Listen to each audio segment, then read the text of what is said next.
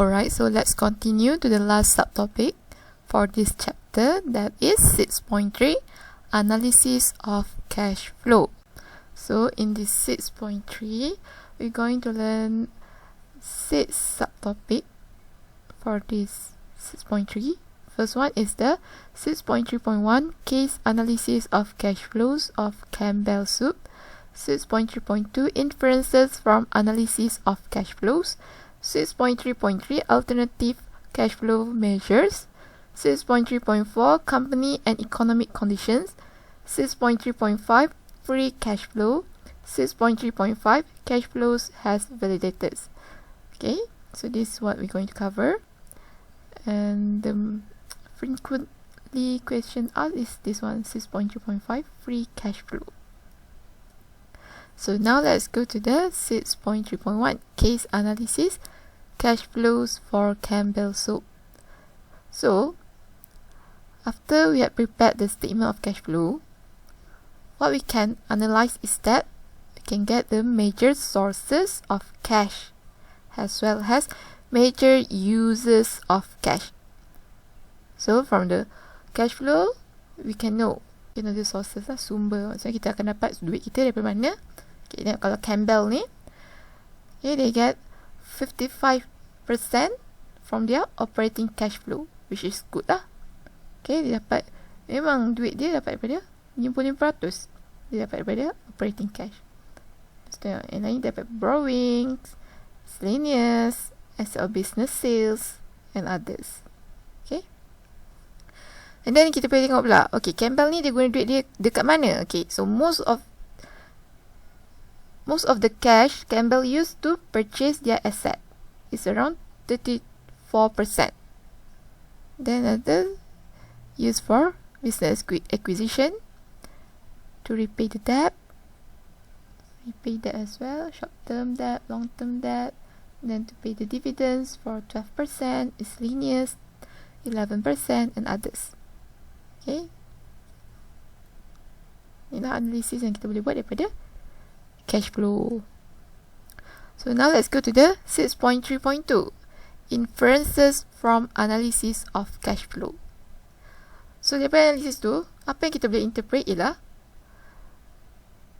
the interpretations from analysis of cash flow includes where management committed its resources, where it reduced investment, where additional cash was derived from, where claims against the company were reduced, disposition of earnings, and the investment of discretionary cash flows.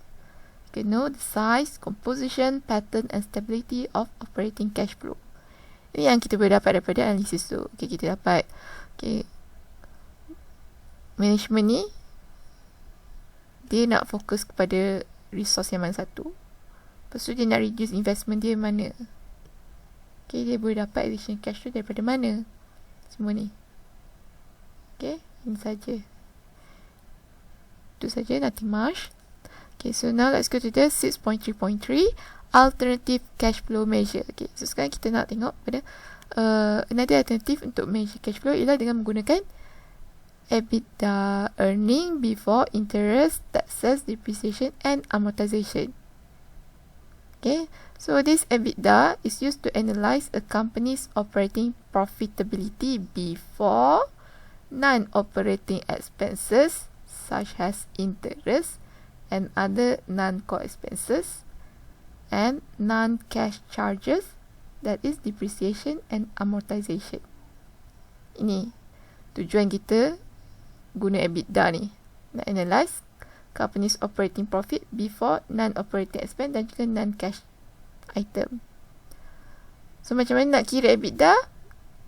Net profit plus interest plus taxes plus depreciation and plus amortization.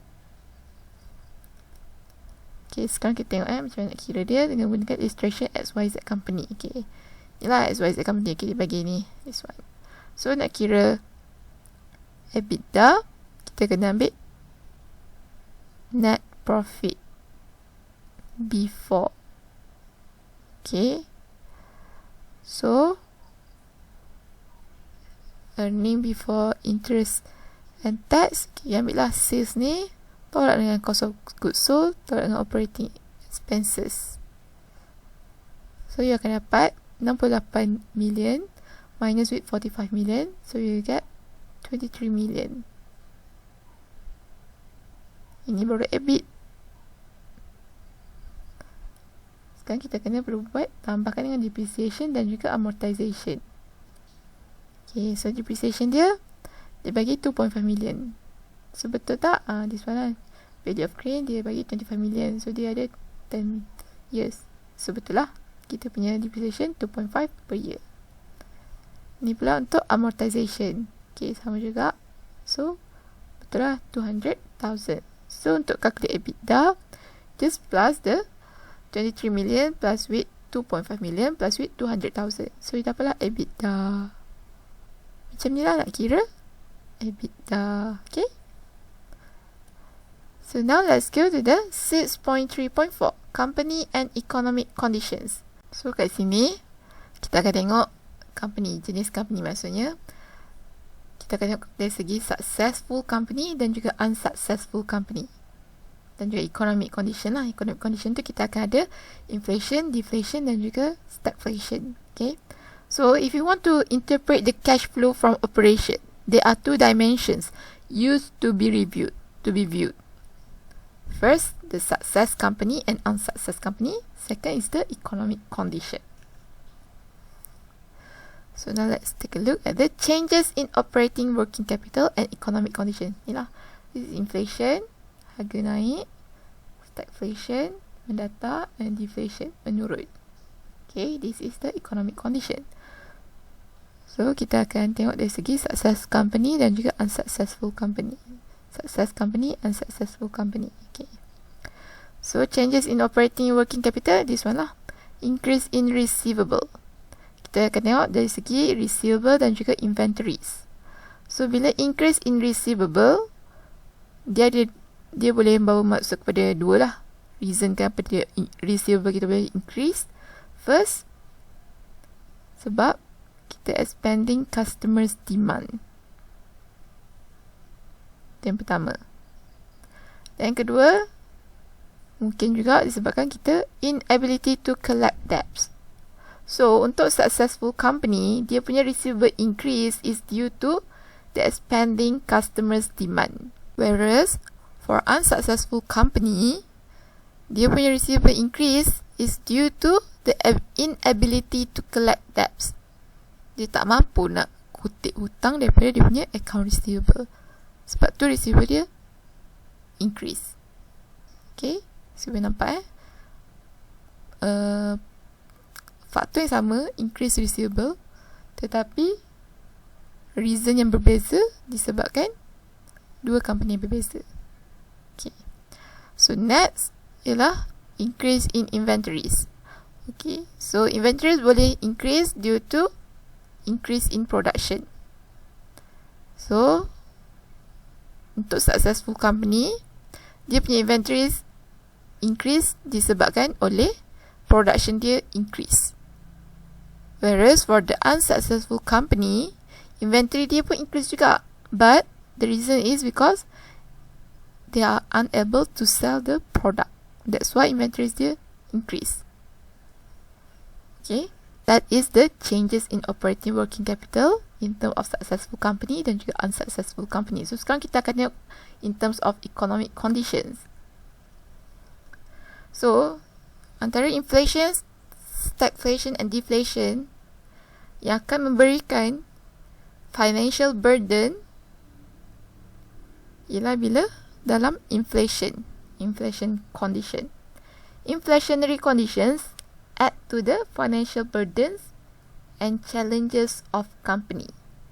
Ikutlah kepada successful dan juga unsuccessful company. Dia akan menyebabkan kedua company ni inability to replace assets and increase investment in inventories and receivable. Okay, sebab harga tengah meningkat, sebab tu dia tak boleh nak replace asset. So next, dia akan mengalami burden to increase the investment in inventories and receivable. Maksudnya dia mengalami kesukaran untuk increasekan dia punya inventory. Sebab sekarang kan harga tengah menaik, so orang takkan beli. Masa ni orang akan beli apa yang patut saja.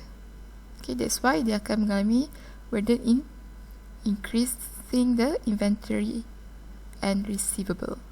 Sebab dia takkan dia nak biarkan orang tu bayar secara hutang. Sekarang dia perlukan cash yang banyak. Okay, so inilah changes in operating working capital and economic conditions. So next, we're going to take a look at the 6.3.5, free cash flow. So free cash flow maksudnya cash flow from operation kita akan tolakkan dengan capital expenditure on buying non-current asset and minus with dividend payment. This is the formula for free cash flow.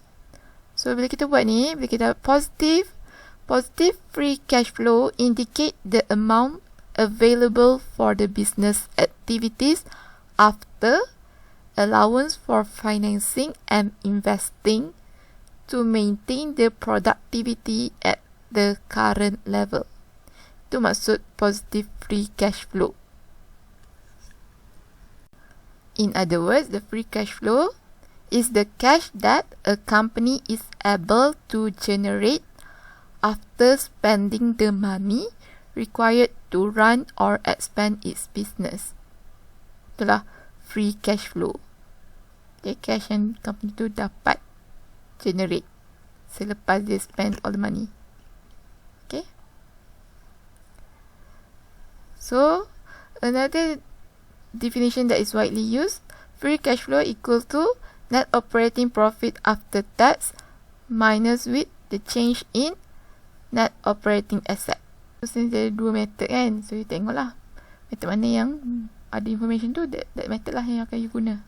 Sama ada NOPAT tolak dengan changes in NOA ataupun cash flow from operation tolakkan dengan purchase of non-current asset dan juga dividend paid, tolak dengan dividend paid. Okay. So, now let's take a look at the last subtopic, that is 6.3.6, cash flow has validators. Sekarang kita tengoklah pula apa lagi yang cash flow tu boleh tunjukkan kepada kita. Okay, so the statement cash flow is useful in identifying misleading or erroneous operating results or expectations. So statement of cash flow provide us with important clues, iaitu dari segi feasibility of financing capital expenditure.